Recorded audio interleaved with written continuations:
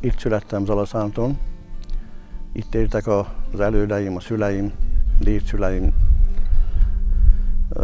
Egészen a 19. századig visszavezethetők a síremlékek itt a községi temetőben. Ide kötnek a gyerekkori élmények, barátaim itt vannak, gyerekkori barátaim, ide jártam iskolába. És innét mentem tovább a Sümegi Gimnáziumba. Itt születtek az én gyermekeim is Keszthelyen, a szomszédvárosban. Levente, Bertalan és Lilla, úgyhogy családi emlékek fűznek ide, gyerekkori élmények, és az a sok kiránduló hely, ami itt van. Itt találkozik a Keszthelyi egység és a Bakony déli része. Ez egy csodálatos mediterrán jellegű vidék, ahol minden megterem, a szőlőtől bármilyen gyümölcsig, zöldségig. Úgyhogy szeretjük ezt a tájat sokan zalaszántiak, akik itt élünk már régóta. Gyerekkori élményeim természetesen ide fűznek az iskolás élmények. A 16 év polgármesterség rengeteg küzdelme, fáradozása, gyönyörűsége, hogy a falu polgármestere lehettem 16 éven keresztül, 1990-től 2006-ig. Tehát ezek mind olyan sok élmény, hogy ezt elfelejteni nem lehet. Nekem ez a vidék a szülőföldem. És szeretek itt lakni, itt élni, még akkor is, hogyha nem olyan könnyű az élet, és sokan elvándoroltak városokba, most már újabban külföldre is. De bízok benne, hogy egyszer a falu majd talpra áll, helyre jön, és ez a falu megint erősödni fog. Szóval nekem ez a szülőföldem, ide kötődök. Az embereket személyesen ismerem, mindenkivel jó barátságban vagyok. Úgyhogy ez nekem egyszerűen röviden nem is tudok más mondani, mint ahonnét származok, a gyökereim innét indultak.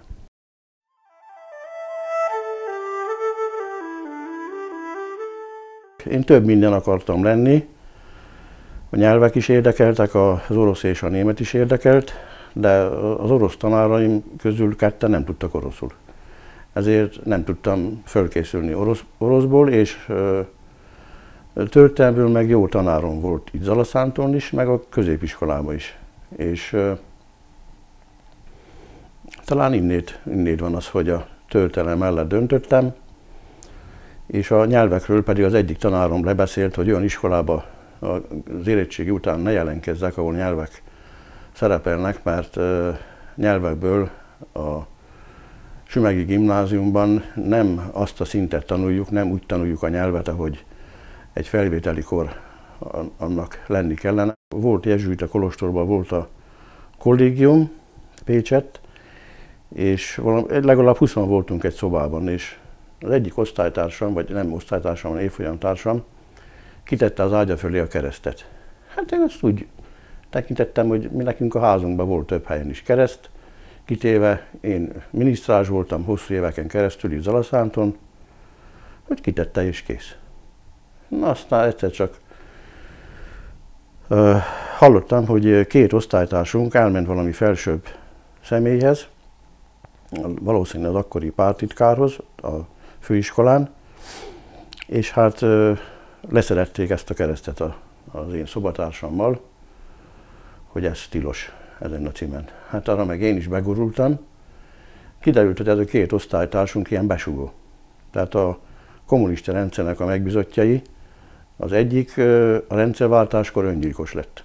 Amikor rádöbbent arra, hogy ők mit csináltak. Öngyilkos lett, a szobatársamat meg egy bizottság elé vitték, és kirúgták a főiskoláról is, meg a kollégiumból is.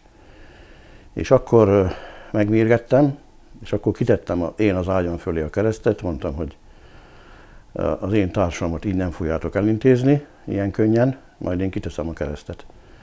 Aztán kitettem a keresztet, és akkor a kollégium igazgatója üzent, hogy nagyon gondolkozzak azon, hogy mit csinálok, valamit ki kell találni sürgősen, mert én is arra a sorsra jutok, mint a társam.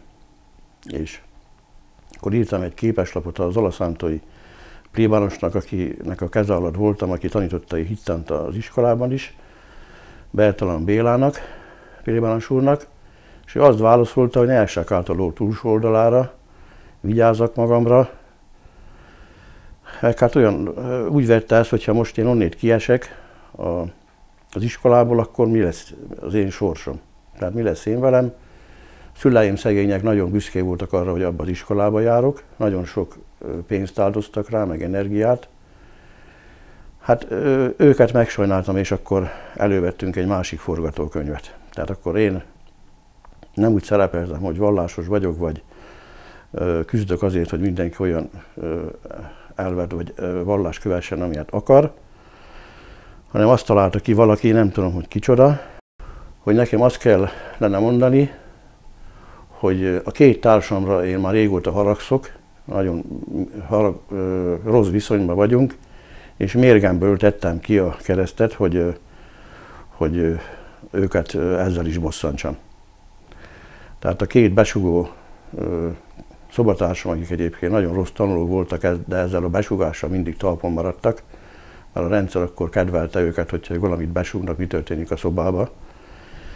És hát akkor nagy nehezen megadtam magamat, először durcáskodtam, először azt mondtam, hogy ebből nem engedek, és akkor az osztálytársam is megjelentek a szobába, akik nagyon tiszteltek engemet, meg szerettek is, meg én is szerettem őket, és könyörögtek, hogy ne áldozzam föl magamat. Mert történelmből 5-ös voltam a főiskolán végig, és ők nagyon kedveltek engemet, meg én is őket, aztán akkor a bizottság elé, amikor mentünk, vagy behívtak engemet is, a C épületbe volt, egy emeletes épületbe, ez már egy új épület, ott volt egy ilyen 10 fős bizottság körülbelül, és akkor megkérdezték, hogy miért tettem ki a keresztet.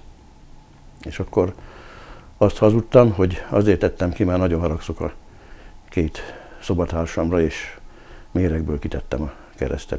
Nekem azért lelkiismeret furdalásom az volt bőven, de ez volt, és akkor kellett rádöbbennem, hogy ez a rendszer ez tulajdonképpen micsoda, hogy el nem tűri sem a vallásosságot, sem a vallásszabadságot, semmit az égvilágon. Hogyha valaki nem dől be a rendszer elveinek, meg a dolgoknak, akkor mehet ott mindenki, amerre akar. Hát így történt. 79-ben vettem át Szabó Ernőné tanárnőtől a honismereti kör vezetését, mivel ő nem történelemtanár volt, én meg történelemtanár vagyok, és attól kezdve vezettem a honismereti kört, tehát 79-től mostanáig elnöke vagyok a honismereti körnek, amelyik 89-ben egyesületté alakult cégbírósági bejegyzéssel. Tehát bekapcsolódtam a közéletbe, ünnepségeket segítettem szervezni, és hát itt is volt egy-két probléma velem, hogy az igazgató úr egyszer számon kérte, hogy nem mentem el a november 7-i ünnepségre, ami a Kultúrházban volt, és akkor másnap bejött az irodába, hogy hát ez hogy fordulhatott elő.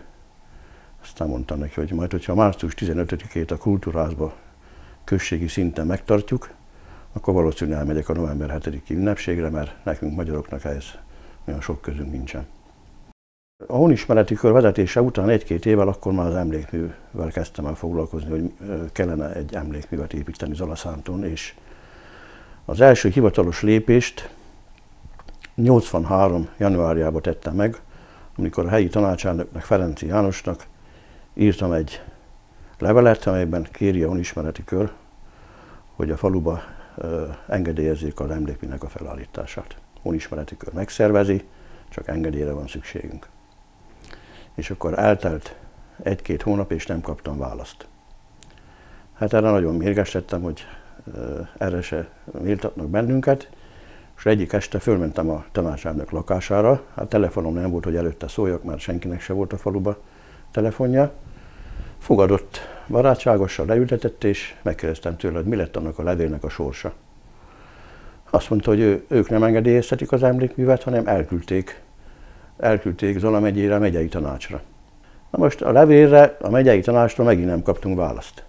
Eltelt 1-2 hónap, megint semmi.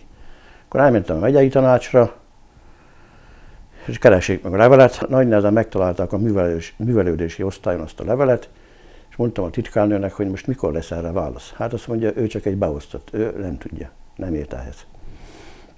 És akkor Bazsin volt Csimon István emlékházának az avatása, és akkor nekem üzent előtte pár nappal a megyei tanács elnök helyettese, hogy menjek át és beszéljük meg ezt az emlékművet. Átmentem, azt hiszem, hogy Koplár Lajosnak hívták. Hát mondtam, én vagyok Huszti Zoltán, a ismereti kör vezetője, én írtam a levelet. Hát mondta, hogy sajnos ők nem adhatnak engedélyt erre az emlékműre, de ő maga személy szerint egyet értene vele. De ők nem adhatnak ilyen engedélyt. Hát akkor mondom, hol menjek akkor engedélyre. És nem tudom, hogy ő mondta-e, vagy ki mondta. A végén az MSZNP Zalamegyei titkárának kötöttem ki Karvalics Ferencné. Akkor elmentem Zalaegerszegre, Karvalics Ferenc titkárnője ilyen párnázott ajtók voltak, annyira kopogtam, de olyan nehezen hallották meg. Kijött, aztán mondta neki, hogy mi állatban vagyok, aztán mondta, hogy meg lett-e beszélve, meg fogad-e a titkár úr. Hát mondtam, nem lett megbeszélve, én nagyon messziről jöttem. Mondta, hogy nem tud fogadni.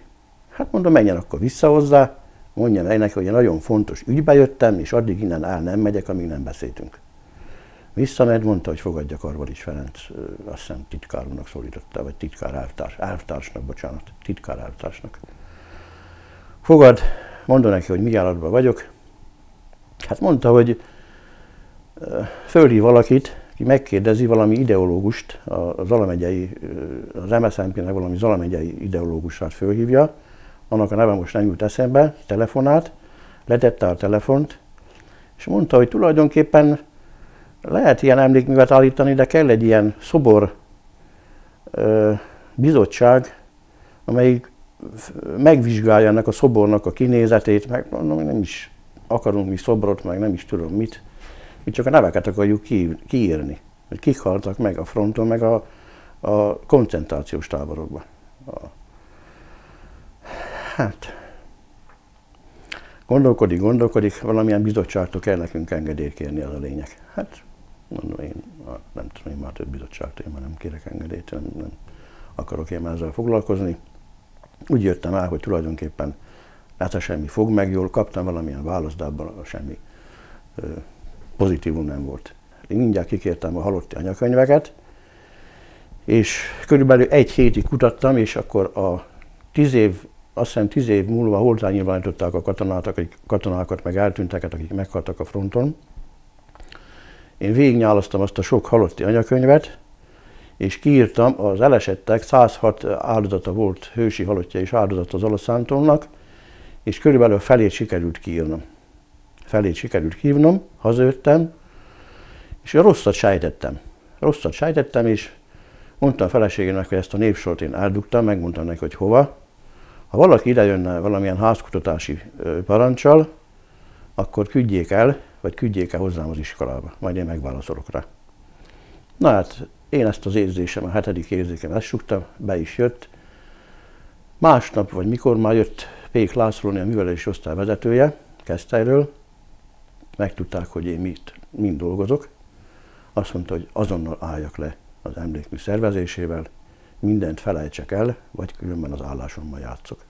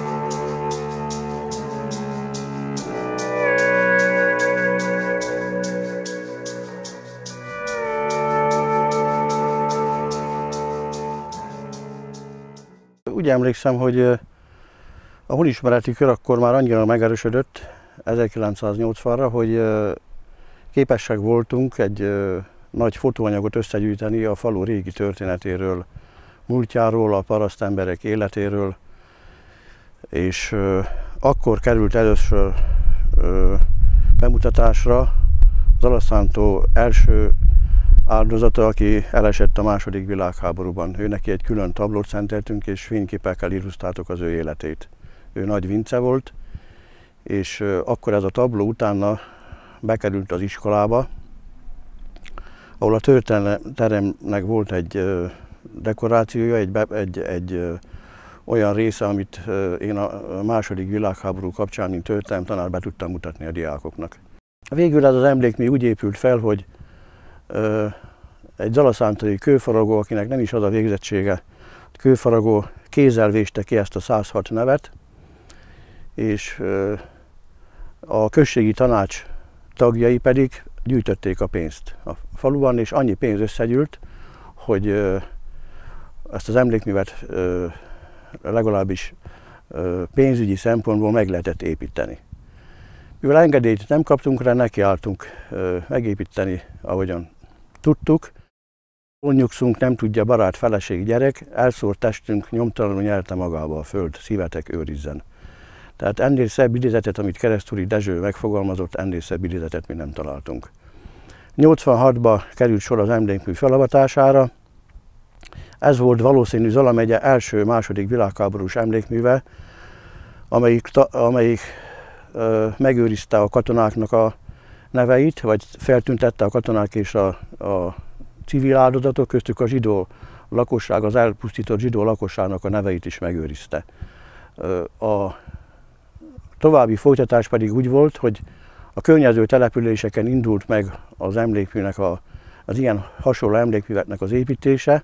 Először Bazsi község jelentkezett, hogy építene egy emlékművet a szomszédból, utána pedig Vindornyalak, majd egyre távolabbról jelentkeztek emberek, akik eljöttek Zalaszántúról megnézni a saját szemükkel, hogy ez az emlékmű tényleg áll-e. És állt, és az emlékmű felavatása után, ami nagyon szép rendezvény volt, nagyon meghitt, nagyon kegyeletteljes megemlékezés volt, Zalaszántó tulajdonképpen az összefogásával megvalósította ezt az emlékművet, és példát mutatott, hogy szembeszáll az akkori politikával, akár helyi szinten, akár országos szinten, és ez volt Zalaszántó életében egy fordulat szinte, úgy lehet mondani. A rendszerváltozást az zalaszánti lakosság 5 évvel korábban már megkezdte, mint az országos szinten, ahogy az megtörtént. Mert ez az emlékművet végül is nem engedélyezte senki. Fél évvel az emlékmű felállítása után a községi tanács írt egy levelet, hogy engedélyezi az emlékmű felállítását. Tehát röviden ez így történt. Azóta most már országosan is úgy érzem, hogy megállja a helyét az zalaszántói emlékmű, mert országos szinten is elképzelhető, hogy az elsők között voltunk, amely település ilyen emlékművet állítatott. Az emlékmű javatásával kapcsolatban Tóth Zoltán, a Keszthelyi Hazafias Névfront vezetője nekem megtiltotta, hogy ünnepi beszédet mondjak, pedig készültem rá, hogy szóljak az zalaszántaiakhoz, a hozzátartozókhoz, és szívügyem volt ez az egész dolog, és nagyon bántott, és tulajdonképpen a Hazafias Névfront elnöke megzsarolt azzal, hogy ha én ezt nem tartom be, akkor nem fognak segíteni a Hazafias Névfront a Helytörténeti Múzeum létrehozásában. Hát végül abból semmi se lett, de ezzel engemet meg lehetett zsarolni, mert az egyik tervem az volt, hogy Zalaszántúnak legyen Helytörténeti Múzeuma. De mit hoz a sors? Egy olyan ember keresett meg, aki úgy hívtak, hogy Elekes József, szántói származású, hévízi lakos volt, akit megkértem a fő ünnepi beszédnek a megtartására, és olyan beszédet mondott, hogy mindenkinek könyvbe lábadt a szeme. Tehát az ünnepi beszéd volt. Ő az, aki átélte a II. Világháborút, tudta, hogy kik voltak a katonák, ki volt az a lakosság, akit elhurcoltak a zsidóságot is például, akit az egész falu megsiratott, családokat. Ő mindent átérzett, és olyan beszédet mondott, hogy nagyon örültem neki, hogy tulajdonképpen a sors úgy hozta, hogy én nem szóltam, ezt én megemésztettem nagy nehezen, de hogy ő beszédet mondhatott és beszédet mondott, ezzel mindent kárpótoltunk, mert szívhez szóló beszédet mondott, és nagyon méltó volt ez az emlékműnek az avatásához. Tudjátok-e, hogy a sötét éjszakába kik járnak fenn a felhők felett? Ki a vezér, ki bús-bibor palástjában vezényli ott a harci rendeket. Elesett katonákot fent a hadakutján. Előttük Szent László király halad, vezeti őket örök új csatára, a hazáért halni mindig kész hadat. Honvédek ők ott fent a hadakutján, magyar batár. Most pedig, kedves öreg bajtársaim, mi adjuk meg a tiszteletet azoknak, akik még éltek, velünk együtt járták a szenvedések országokban. Drága halott bajtársaim, míg éltetek, életetek hősi szenvedő élet volt. S a sors úgy hozta, hogy halálotok hősi áldozatos halál lett.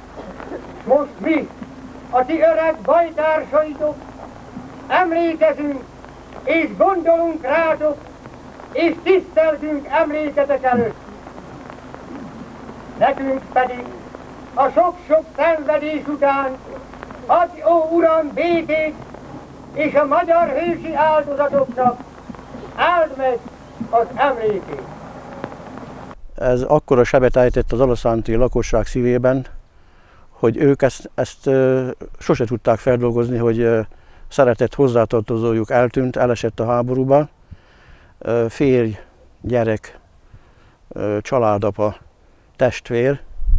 A falu már nem volt az a falu, mint ami volt a második világháború előtt. Ez a falu már sose volt olyan falu, és legalább most van egy olyan hely, és most annak örülök, hogy nem közterületre került, és nem névtelen emlékmű van, amit nem is lehet megalapítani egy járókelőnek, hogy most ez az emlékmű mit ábrázol, hanem amikor itt a halottak napja van a temetőbe, akkor le tudják tenni valahova az emberek a megemlékezés virágait, és tudnak emlékezni a szeretteikre. Az emlékmű azt jelenti nekem, hogy a múlt emlékeit, a múlt eseményeit, főleg, hogyha ilyen tragikus hirtelenséggel elhunytak ezek az emberek, ráadásul a haza parancsára, illetve a náci Németországnak köszönhetően, hogy tulajdonképpen nem merülnek feledésbe ezek az emberek.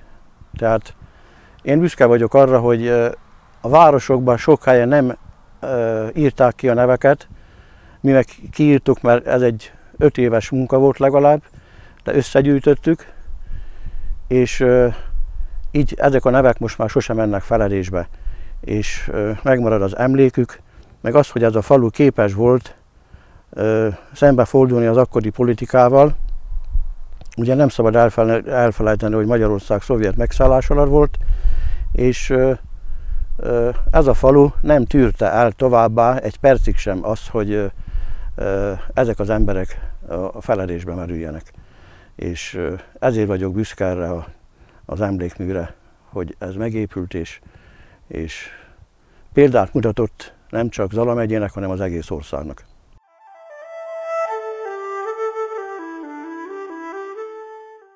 Egy dél-koreai szerzetes, a személyi igazolványi neve Yin Su Lee, a szerzetesi neve meg Bob John, de Sunimnak is szólítottuk, ami azt jelenti, hogy tanítómester.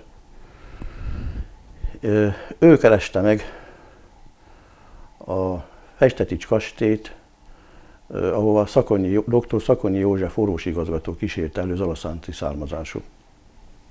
És ő kísérte el ezt a kis 2-3 személyes küldöttséget, akik Ausztriából jöttek, és megkeresték a képviselő urat, hogy támogatná-e így valahol a Balaton partján, hogy épüljön egy ilyen stúpa, ez egy erekje őrzőhely. És akkor a kastély igazgatója azt ígérte, hogy majd körbenéz, meg körbejár, meg majd segíteni fog. Aztán eltelt pár hónap, megint jött a küldöttség. Megint megkeresték a kastély igazgatóját, aki parlamenti képviselő volt. Hát megint nem volt ott semmi konkrétum, senkihez nem ment el senki se, akkor még nem voltak önkormányzatok.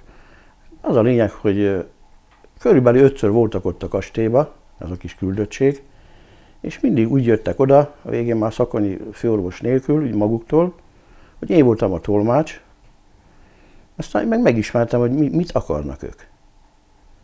Megismertem, hogy mit akarnak ők, és akkor kiderült, hogy egy ilyen sztúpát akarnak építeni vagy Csehországban, ahol Václav Havel támogatja őket, vagy Magyarországon. Mert ez a két ország előrejárt a demokrácia építésébe, és úgy gondolták, hogy befogadja, Magyarország elég nyitott arra, befogadjanak a sztúpának az építését. Csak az a baj, hogy ők sehol se jutottak el konkrét emberhez, személyhez. Csak úgy mentek mindig valamerre, aztán mindig eredménytelenül mentek vissza Ausztriába. És 90-ben megválasztottak polgármesternek, na és akkor én megsajnáltam ezt a kis küldöttséget. Aztán mondták, hogy legyen Zalaszántón egy találkozó. Én mutatok egy olyan helyet, ahol méltó helye lehet ennek az építkezésnek. Én akkor ismertem a környéket, és a Kovácsi hegy keleti pontján, amelyik a Kovácsi hegy egyik legmagasabb pontja, ott javasoltam, hogy ha a falu belemenne, a lakosság, falufórumon, a képviselőtestület, akkor én személy szerint támogatom ennek a megépítését. Hát akkor az zalaszántaiak a buddhizmusról nem sokat tudtak. 2 röplappal megszólták azért a falut. Az egyik röplap az volt, hogy nem buddhista polgármestert választottunk. De volt benne egy olyan mondat, hogy a Világosvári hegyen épült Buddha, az mennyire elítélendő, és hogy a tibeti nép az egy olyan ősi, mint az ősemberek úgy ének, és hogy a halottaikat kiteszik a keselyüknek a sziklákra, aztán a keselyük eszik meg a holttesteket. Hát ilyenek képekkel volt tele ez a prospektus, vagy ez a röplap, és az avatás előtt kiderítette a Nemzetbiztonsági Hivatal, én mondtam, hogy nem kell ezt kinyomozni, mert ezek nem zalaszántaiak, mondom, mert zalaszántaiak nem azt mondják, hogy Világosvári hegy, hanem csak azt mondják, hogy Világosvár, ilyen röviden. Szánta, mondom, embert nem találnak, aki azt mondja, hogy Világosvári hegy. Tehát mondom, nem szántaiak voltak. És a Nemzetbiztonsági Hivatal kinyomozta, hogy egy kaposvári család szórta meg a falut, vagy őtőlük indult ez a röplapozás, meg egy hévízi. Az volt még a kérdés, hogy vajon a Dalai Láma biztonságáról ki gondoskodik, mert ez nem volt letisztázva. És akkor Bobzsan úrral, az alapítvány elnökével, aki így vezette a számlát a helyi takarékszövetkezetnél, elmentünk Budapestre Pálos Miklós államtitkár úrhoz. Ő egy, nem a miniszterelnök hivatalnak volt, nem, az egyházi ügyekért felelős államtitkár volt. És akkor először arra hivatkozott, hogy mivel nem az állam hívta meg a Dalai Lámát, ezért az állam nem feltétlenül köteles az ő védelméről gondoskodni. Az alapítvány részéről, meg az én részemről is arra érveltük, hogy mégis csak egy Nobel békedíjas személy érkezik Zalaszántúra, minden igaz. Hát akkor most ki biztosítja, az egyszerűen rendőr, aki itt lakott Zalaszántón, az fogja biztosítani az ő megjelenését, vagy a biztonságát. Aztán végül Pálos Miklós, nem tudom mennyi idő múlva, egy órás beszélgetés után azt mondta, hogy megoldja akkor a magyar állam ennek a biztonságát, a Dalai Lámának a biztonságát, és annyi rendőrt küldtek ide Zalaszántúra, hogy a több kilométeres erdei szakaszon 50 méterenként állt egy rendőr, és Sopronba, ahol üdvözöltem egyedüli közéleti emberként, egy falu vezetőjeként a Dalai Lámát, onnétól kezdve Hévízig, ahol a szálláshelye volt, onnétól kezdve a 84-es főútvonalnak az összes mellékútvonalát a rendőrség lezárta, és úgy mentünk végig, hogy szembe jövő forgalom, vagy semmilyen forgalom nem volt. Tehát úgy jöttünk végig Sümegen keresztül, Hévízig, hogy a rendőrség mindenkit kiiktatott arra az időre, amíg végigjöttünk a határtól. Tehát olyan fogadtatást kapott közbiztonságilag, mint II. János Pál pápa őszentség, amikor Magyarországon járt, csak helikopter nem volt. Mert a pápán a látogatásánál helikopter is volt. Tehát ő ezt nem kapta meg, de többit mindent megkapott. És akkor először fogadott a Dalai Láma engemet és egy negyedórás beszélgetésen vettünk részt, ahol tájékoztattam Magyarország történelméről, hogy bele tudom magamat képzelni Tibetnek a helyzetébe, olyan értelemben, hogy nálunk is volt tatár megszállás, török megszállás, Habsburg megszállás, német megszállás, szovjet megszállás, úgyhogy mi ezt tudjuk, hogy mit jelent. De érdekes módon semmilyen politikai választ, vagy olyat, hogy akkor nekünk is megvan a magunk sorsa, meg a történelme, vagy valami, hogy valamit a történelmről mondod volna, hogy Magyarország ilyen, meg olyan, hogy hasonlít akkor Tibethez. Nem mondott semmit, akkor rátértem arra, hogy Zalaszántó lakossága tisztelettel várja és fogadja. Arra már reagált valamit, és örült neki. Az első egy-két évben közel 100 000 emberre becsültük az ide látogatóknak a számát. 100 000 ember látogatta meg a sztúpát évente. Tehát minden más látnivalót, legyen a sztátika, a középkori templomunk, vagy bármi, ami már régóta megvan, felülmúlja a sztúpának a látogatottsága teljes egészébe. Oda mindig mennek, mindig megnézik, hogy mi ez, és hát nehezen tudják abból a táblából megalapítani, hogy itt valódi Buddha erekje van Európában egyedül itt.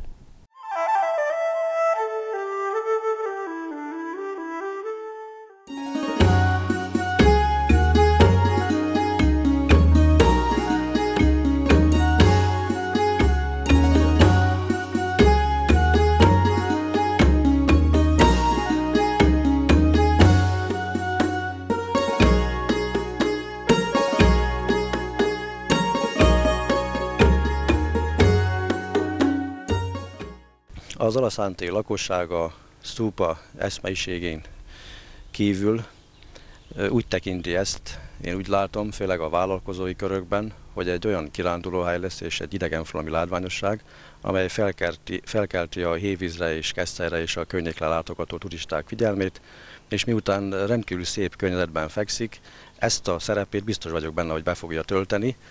Én azt kívánom az zalaszántélyi és a környékbeli vállalkozóknak, hogy fedezzék fel ennek a jelentős vonzásértékét, és alkalmazkodjanak ahhoz, hogy ez egy látogatott kirándulóhely lesz.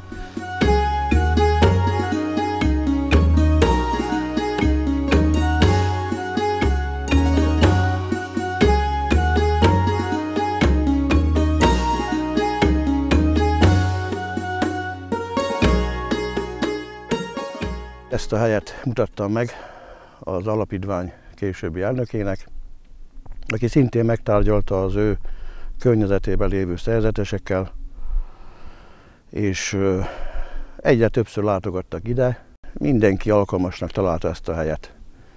És akkor én a helyi politika résztvevőinek, a különböző pártoknak, a képviselőtestületnek, majd végül a lakosságnak is elmondtam, hogy egy ilyen építkezés engedélyét kérik a buddhisták.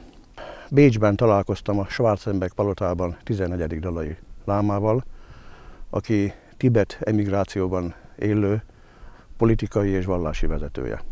Ő neki megmutattuk közösen az alapítvánnyal a sztúpa látványterveit. Ő áldását adta erre az építkezésre, és támogatásáról biztosította az alapítványt.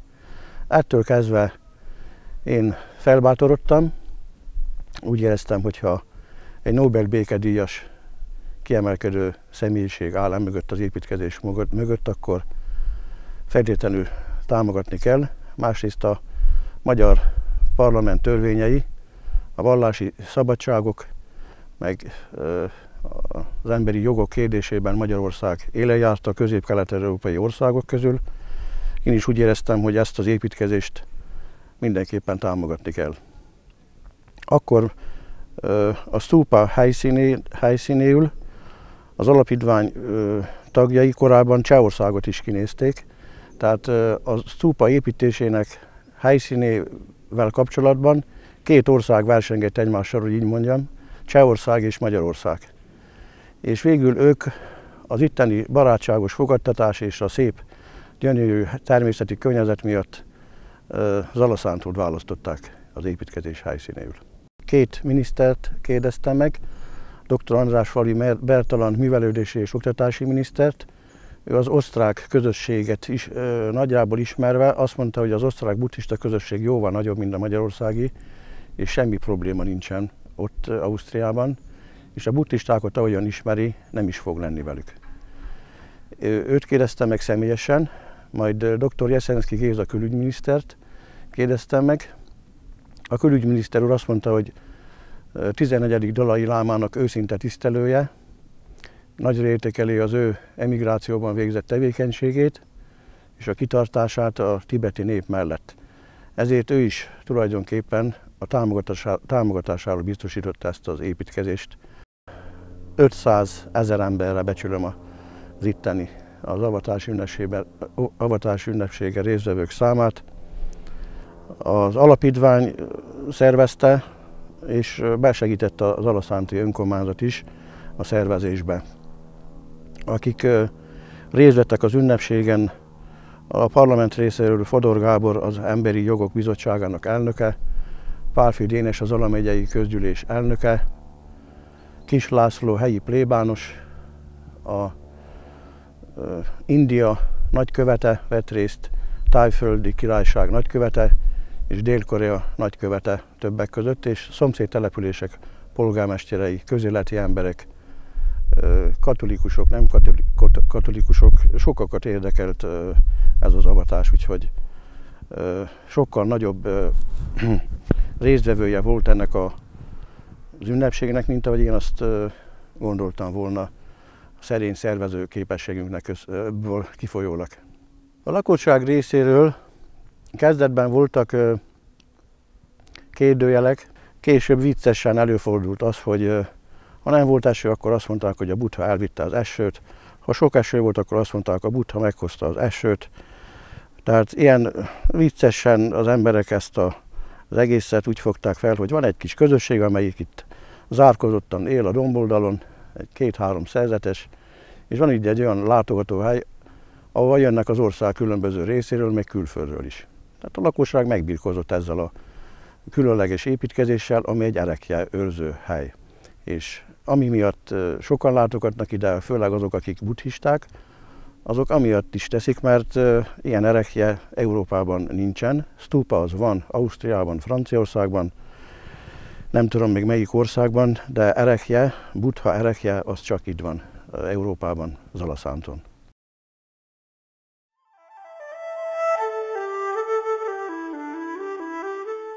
Az állami kitüntetést az váratlanul érkezett. 1993. augusztus 20-ára kaptam egy meghívót a parlamentbe. De arra nem volt ráírva, hogy én kapok egy valamilyen kitüntetést, hanem az, hogy az állami kitüntetésen, ünnepségen vegyek részt. És akkor én a feleségemmel elmentem, és akkor ott volt körülbelül 100 ember a kupola teremben, de mindenki valakit hozott magával, általában a házastársak vettek részt, tehát olyan 50 kitüntetés volt, amit átadott akkor a miniszterelnök úr és a Antall József miniszterelnök úr, és Göncz Árpád köztársasági elnök, és a parlament akkori elnöke, akinek most nem jut eszembe a neve. A parlament akkori elnöke, tehát 3-an adták át a kitüntetést. És akkor egyszer csak hallom az én nevemet is, Huszti Zoltán Ferenc, a miniszterelnök úr javaslatára a köztársasági érdemlent kiskereszte kitüntetést adományozza a magyar állam, és Göncz először fogtam kezet, azt hiszem Antall József miniszter úrral, utána középen állt azt hiszem Göncz Árpád köztársasági elnök, és utána a parlamentnek az elnöke is. Egy fél óra múlva körülbelül eljöttünk a feleségemmel, és elhoztuk ezt a kitüntetést, és a parlament mellett egy padon leültünk, és ott még nézegettük egy darabig ezt a kitüntetést, hogy ez igaz-e, vagy hogy van ez az egész, hogy ez tényleg így van ez a kitüntetés, vagy tényleg megkaptuk ezt a kitüntetést. Aztán hát láttuk, hogy megvan ez a kitüntetés, ez tényleg most már minket, zalaszántókat úgy néz ki, hogy akkor megérdemeltük, hogyha már valaki átadta ezt, vagy nem akárki valaki, hanem az ország legfőbb méltósági adták át. Hát ez Zalaszántónak az érdeme is természetesen, hogy azért elfogadtak annyi mindent az alaszántóiak, annyi mindent támogattak, beszálltak pénzzel a telefonba, minden vezetéképítésbe. Tehát áldozatot hozott ez a falu, és eltűrték tőlem is azt, hogy a sztúpával foglalkozzak, pedig azért az emberek egy része az akkor még nem fogta fel pontosan, miről van szó, és látták azért, hogy sokat megyek ide-oda, amiatt is, de ez a kitüntetésre nagyon büszke voltam, és hát az volt a baj, hogy ettől még nagyobb lendületet kaptam, és még jobban azt volt a felfogásom, hogy ezt meg kell szolgálni. Tehát ezt a kitüntetést meg kell szolgálni. Tehát nem úgy volt, hogy akkor most leültem a fenekemre, hogy akkor most jó van, hát kitüntetés megvan, aztán mehetünk tovább, hanem még jobban minden megszállott, úgy kezdtem el többi dologgal is foglalkozni, aztán már családrovására ment sajnos. Tehát én nem tudtam leállni, aztán családom meg sajnos hát nem úgy alakult, ahogyan szerettem volna, és én meg mondom, hogy mentem tovább a magam útján, és hát pártokkal próbáltam együttműködni.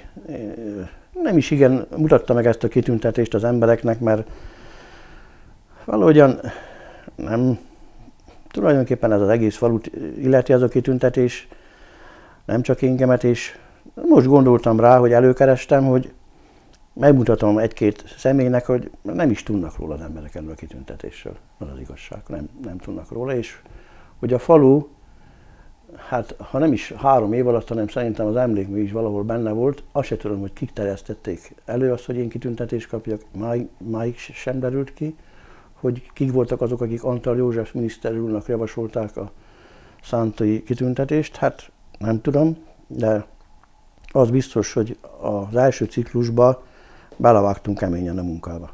Zalaszántón több minden történt, úgyhogy ha egy történelmi összehasonlítást teszünk, akkor valószínű, hogy a 1990-től 2006-ig tartó időszak meg fogja állni a helyét majd az utókor vizsgálódása előtt is. Mert amit most helyi politikusok, vagy 1-2 éve működő politikusok úgy hirtelen ráfognak, hogy ez, meg az, meg amaz, azt majd egy történelmi távlat majd eldönti, hogy a 19. vagy a 20. század mit produkált a tanácsi rendszer, az 1990-2006-ig tartó időszak, amikor egyfolytában polgármester voltam, mit produkált a mai. Ezek kell egy pár év, egy történelmi rálátás, úgyhogy erre vagyok a büszke, hogy a falutnak a lakosságfogyását sikerült mérsékelni, csökkenteni a lakosságfogyását, sikerült 100 munkahelyet teremteni, és sikerült úgy kiépíteni az infrastruktúrát, hogy most az önkormányzatnak ezzel foglalkozni most egy darabig nem kell.